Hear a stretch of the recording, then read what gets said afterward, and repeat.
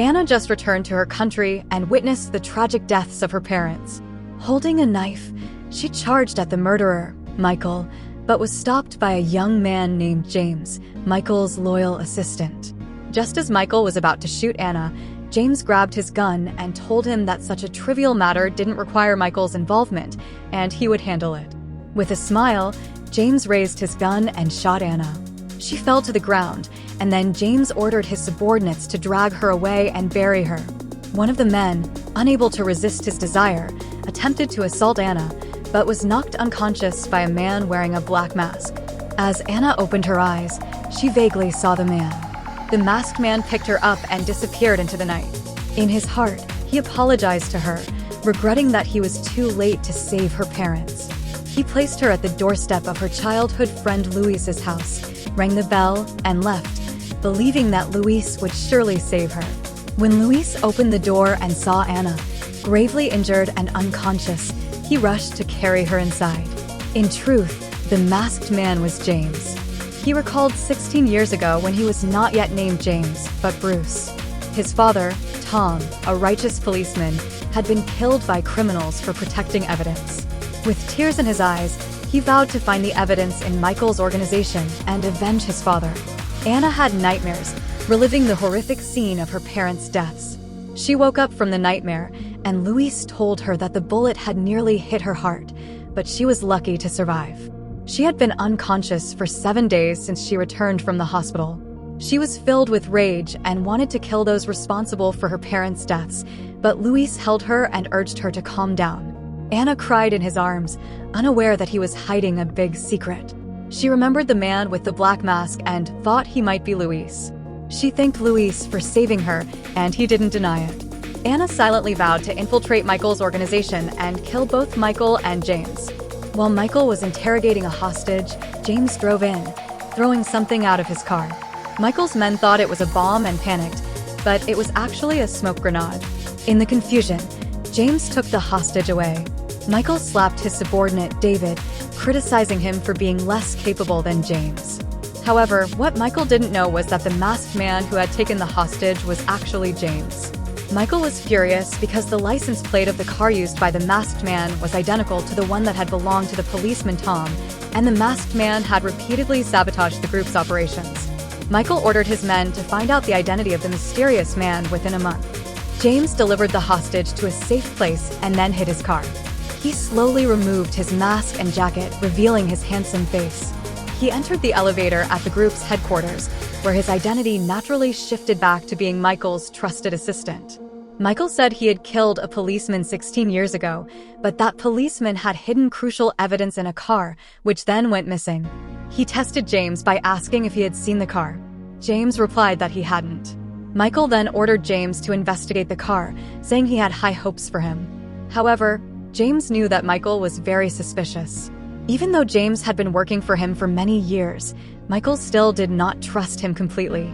Luis gave Anna a fake ID, so from that day on, she was no longer Anna, but Emma, an orphan who had grown up in an orphanage. To avoid suspicion, Luis suggested that she pretend to be his fake girlfriend, which she agreed to. Emma went to Michael's group for an interview and was hired as a secretary due to her beautiful appearance. Just as she was about to leave, she ran into James. She suppressed her urge to kill him and pretended not to recognize him.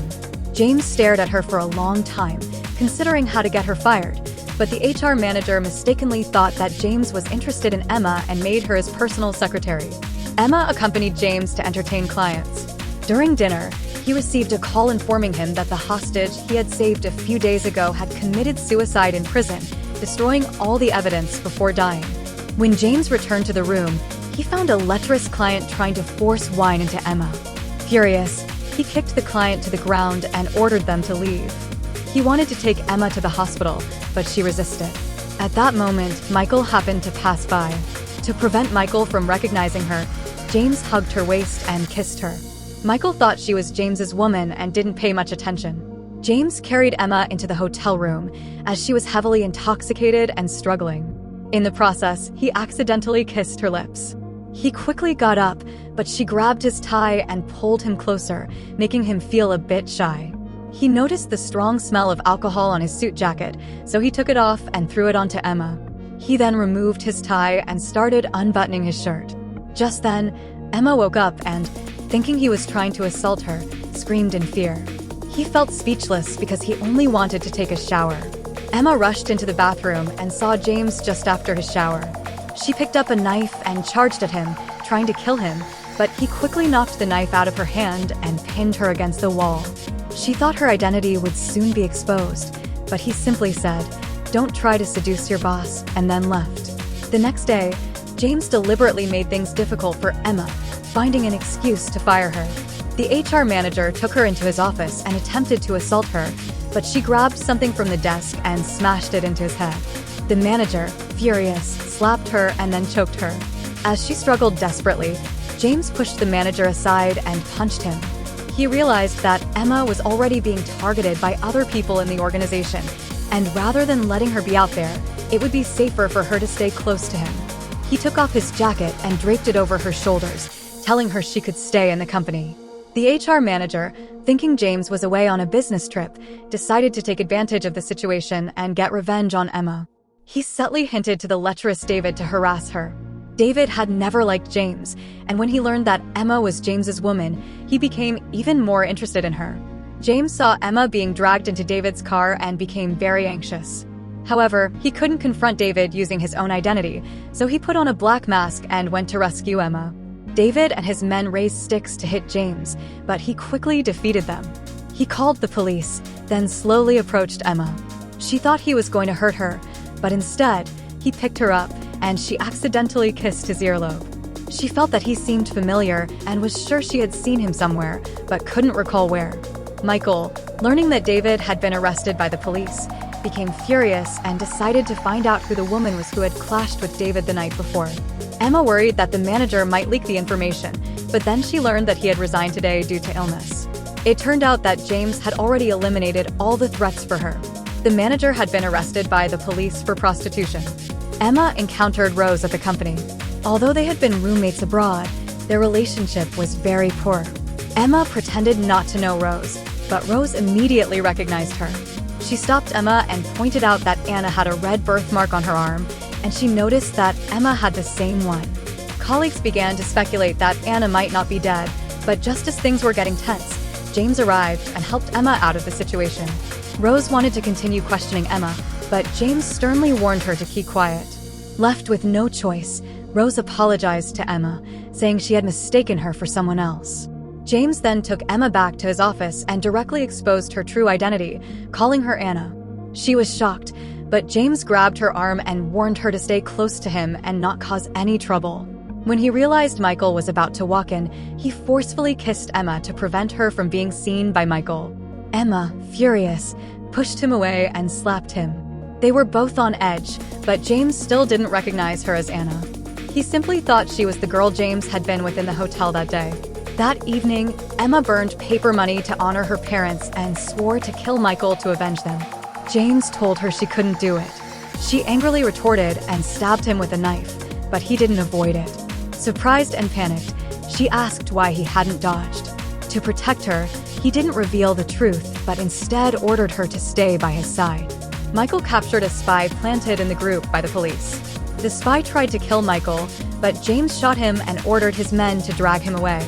Emma, who had been secretly following them, saw the entire scene and was both shocked and scared.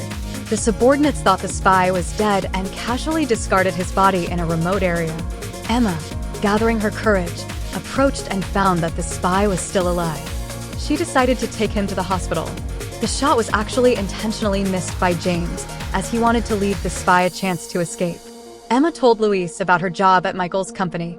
He was angry and told her it was a dangerous move, but she insisted that she could never feel at peace unless she avenged her parents. What she didn't know was that the Luis she trusted was actually an accomplice of Michael. A month earlier, Luis had visited Michael and, knowing Michael was searching for a valuable high-tech patent, had specifically warned him that the patent was in the hands of Emma's parents. It was because of his betrayal that Emma's parents were brutally killed. The next day, Luis saw James holding Emma and learned that she had become James's personal secretary. He was both jealous and worried about her, demanding that she quit immediately. However, Emma decisively refused. James took his secretary, Emma, on a business trip to another city. When they arrived at the hotel, the receptionist asked how many rooms they wanted. Just as Emma was about to say 2, she saw Michael walking toward them. In order to pretend to be a couple in front of Michael, they decided to book one room. However, Michael was very suspicious and instructed his subordinates to eavesdrop on James and Emma to see if they were really a couple. Emma noticed some noise outside the door, so she pulled James onto the sofa and even screamed, in a loud voice. James, confused, tried to stand up, but she reminded him that there were people listening outside the door and asked him to scream as well. But James felt shy and couldn't bring himself to do it.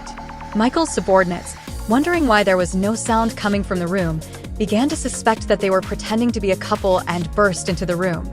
In a hurry, James took off Emma's coat and kissed her neck. The subordinates looked at them awkwardly, then quickly ran out of the room. Emma secretly planted a listening device in James's pocket and heard that he had a secret mission in room 805 of the hotel that night. She contacted the police, hoping they could arrive in time to arrest James. After hanging up, she remembered how James had saved her many times before, and her feelings became complicated. However, she reminded herself not to be soft-hearted. He was an accomplice in the murder of her parents. At that moment, James returned. Emma was startled and wondered why he hadn't been arrested. James had already discovered the listening device in his pocket, but he was an undercover cop arranged by the police, so how could he be arrested? The police called to inform him that they had found his father's car. Tom had entrusted the car to his old comrade Alan for safekeeping. Later, Alan had changed the license plate and repainted the car, so it had remained hidden for all these years. Meanwhile, Michael also discovered the lead. He wanted to capture Alan, but James arrived just in time, throwing a smoke bomb at Michael. In the smoke, James told Alan that he was Tom's son and asked him to escape to a safe place with the promise of meeting again later. Michael, furious, fired several shots. James used his excellent driving skills to evade Michael's pursuit.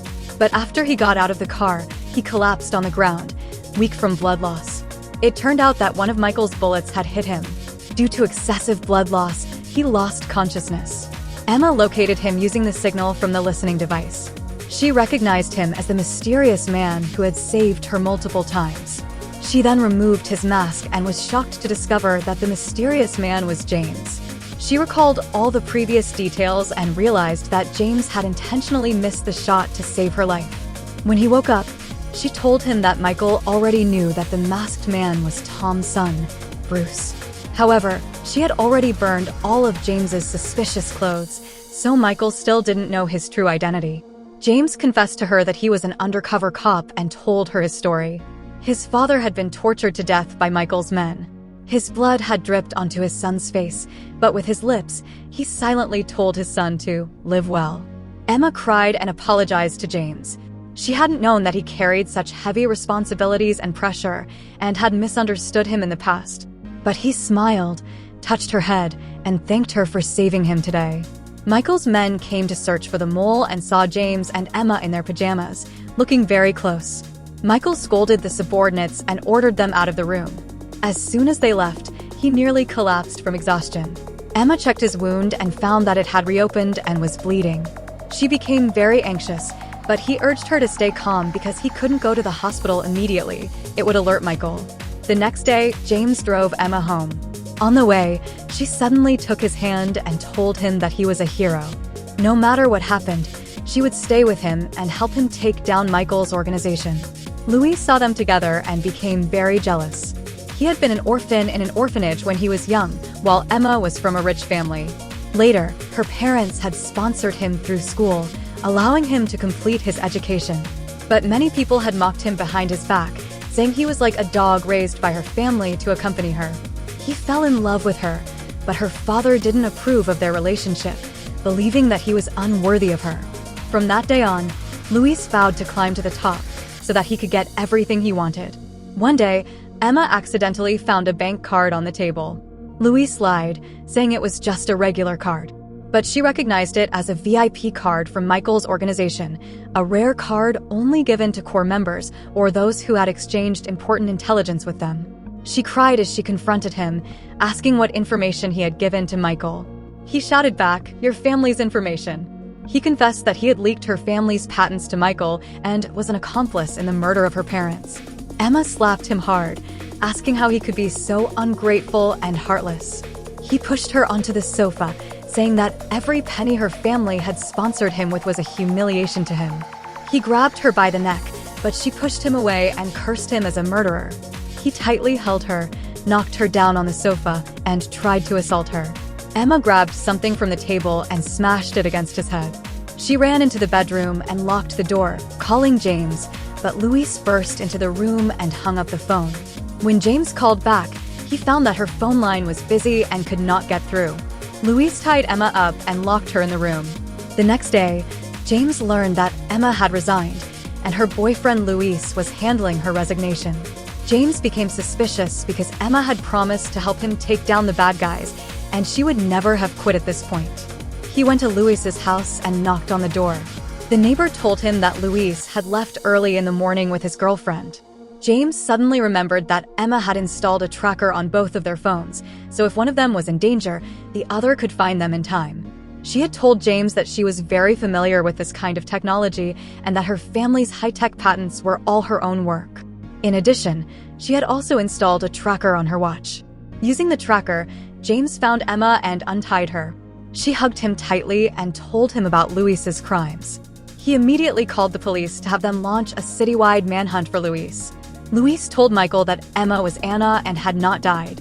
He suspected that the person who shot her but allowed her to survive was the mole in their group. James and Emma went to meet Alan, but they were discovered by Michael's men. In order to protect the evidence and witness, James told Emma to take Alan to the police station where they would be protected. He himself planned to drive the car and act as bait to lead the enemies away. Emma took his hand and promised to ensure Alan's safety and find the evidence in the car. He pinched her face and comforted her not to cry, and she hugged him tightly. Later, Emma and Alan found the car and discovered evidence hidden in the spare tire in the trunk, the evidence that would destroy Michael's organization. James was captured by Michael, beaten badly, and left bruised and battered. When he saw Luis working with Michael again, he scolded Luis for being an accomplice to evil, like a rat in the gutter. Luis was furious and splashed a glass of red wine in James's face and punched him. Luis then called Emma and told her that James was in his hands. If she wanted to save him, she had to exchange the evidence. Using her impressive skills, Emma quickly forged fake evidence and prepared to use it to save James, while the real evidence would be taken by the police. She drove James's father's car to the meeting point. She kicked over a gas barrel and warned them not to come any closer, or they would all die together. Later, she told Michael that she had split the evidence into two parts. One half could be checked immediately, and the other half would be handed over after they left the building. After Michael checked the first half, he believed the evidence was real and ordered his men to release James. But Michael, suspicious as always, demanded the second half of the evidence immediately, or they wouldn't be allowed to leave. Just then, the police arrived and arrested Luis and Michael's entire gang. Emma and James were finally able to reveal their true identities, Anna and Bruce, and start a new life. 6 months later, Bruce had married Anna. He took her to watch the sunrise, a spot where his father had often brought him to overlook the beautiful view of the entire city. Anna told Bruce that she was pregnant. He kissed her excitedly. Looking up, he saw his father standing not far away, smiling and blessing them. Love can overcome all difficulties. Justice may be delayed, but it will not be denied.